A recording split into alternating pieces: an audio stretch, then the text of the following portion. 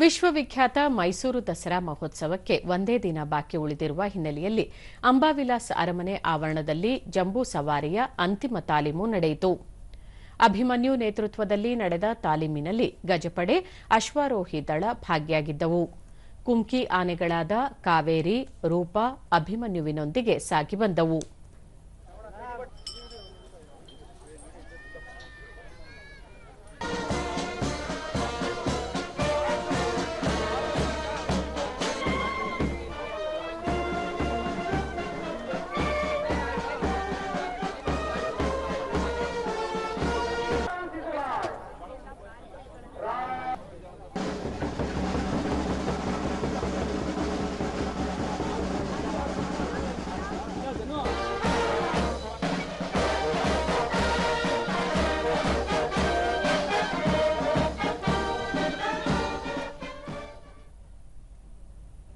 ಅರಣ್ಯ ಸಂರಕ್ಷಣಾಧಿಕಾರಿ ರವಿಶಂಕರ್ ಜಂಬೂ ಸವಾರಿಗೆ ಎಲ್ಲಾ ರೀತಿಯ ತಾಲೀಮುಗಳನ್ನು ಪೂರ್ಣಗೊಳಿಸಿದ್ದು 14 ಆನೆಗಳು ಜಂಬೂ ಸವಾರಿಯಲ್ಲಿ ಭಾಗಿಯಾಗಲಿವೆ ಎಂದರು. ಪ್ರಾಕ್ಟೀಸ್ ಮಾಡಿಕೊಂಡು ಚೆನ್ನಾಗಿ ನೋಡ್ಕೊಂಡಿದ್ದಾರೆ. ಆನೆಗಳು ಚೆನ್ನಾಗಿದ್ದಾವೆ. ನಮ್ಮ ಪಶು ವೈದ್ಯರು ಕೂಡ ಆನೆಗಳು ಚೆನ್ನಾಗಿದ್ದಾವೆ ಅಂತ ಹೇಳಿದ್ದಾರೆ.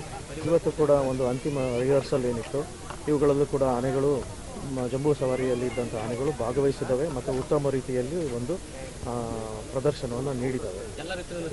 ಎಲ್ಲ ರೀತಿಯಲ್ಲೂ ಸಿದ್ಧವಾಗಿದ್ದಾವೆ. ಹೆಲ್ತ್ ಆಗಿದೆ ಸರ್ ಎಲ್ಲ ಆನೆಗಳು.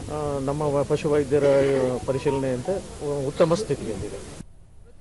ಪೊಲೀಸ್ ಆಯುಕ್ತೆ ಸೀಮಾ ಲಾಟ್ಕರ್ ದಸರಾ ಜಂಬೂ ಸವಾರಿ, ಪಂಜಿನ ಕವಾಯತು ಕಾರ್ಯಕ್ರಮಗಳಿಗೆ ಅಗತ್ಯ ವ್ಯವಸ್ಥೆಗಳನ್ನು ಮಾಡಲಾಗಿದೆ ಎಂದು ಹೇಳಿದರು. ಸವಾರಿ ಇರಲಿ ಅಥವಾ ಬನ್ನಿ ಮಂಟಪದಲ್ಲಿ ಇವೆಂಟ್ ಇರಲಿ, ಪಾಸ್ ಇದ್ರೆ ಮಾತ್ರ ಅವ್ರಿಗೆ ಅವಕಾಶ ಇರುತ್ತೆ. ಸೊ ಪಾಸ್ ಇದ್ದವ್ರಿಗೆ ಒಳಗಡೆ ನಾವು ಬಿಡ್ತೀವಿ. Pass checking very strictly check ಮಾಡಿ ಬಿಡ್ತೀವಿ.